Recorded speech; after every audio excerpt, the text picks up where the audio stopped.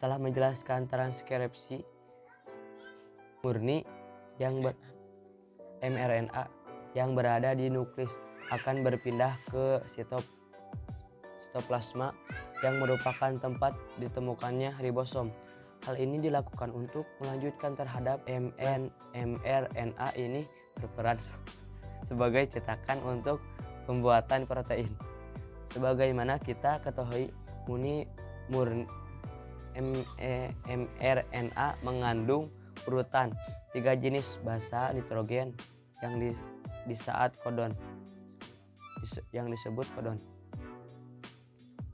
Translasi merupakan proses penerjemahan mRNA untuk dibuat menjadi protein. Hal yang harus diingat adalah pairing rules atau aturan memasangnya basa nitrogen pada translasi.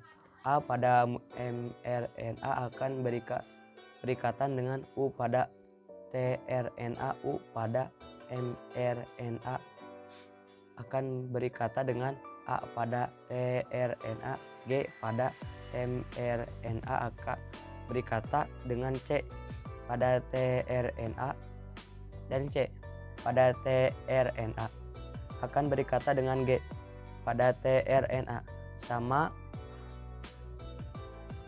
halnya dengan transkripsi, translasi juga memiliki 3 talipun, yaitu inisiasi, elongasi, dan terminasi.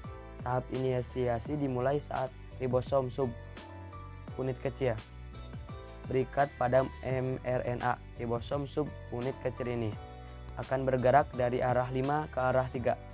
Ketika sudah menentukan kodon tRNA yang membawa asam amino, metionin, dan antikodon, unit akan melekat pada mRNA. Kemudian setelah tRNA terikat pada mRNA, maka ribosom subunit besar akan datang dan terikat juga bersama ribosom subunit kecil untuk melengkapi proses inisiasi. Ribosom subunit besar memiliki 3 daerah A atau peptidoglyceride, daerah P atau peptidoglyceride, dan daerah E atau exit site.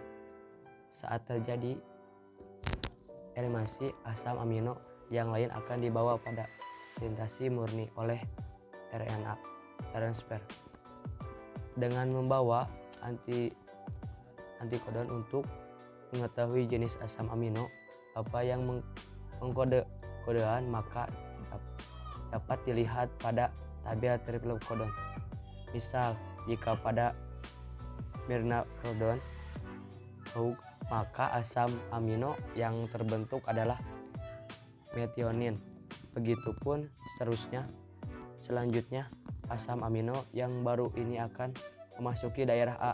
Lalu ikatan peptida akan terbentuk di antara 2 asam amino pada daerah P. Saat itu ribosom akan berpindah ke triplet kodon lain yang ada di mana, sehingga karena yang sudah melepaskan asam aminonya akan berada di daerah E dan siap untuk keluar.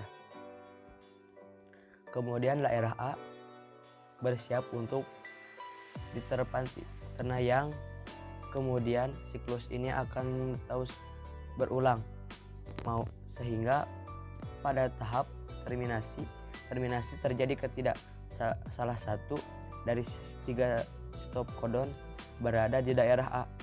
Kodon ini dikembali oleh protein yang dikenal sebagai relase faktor.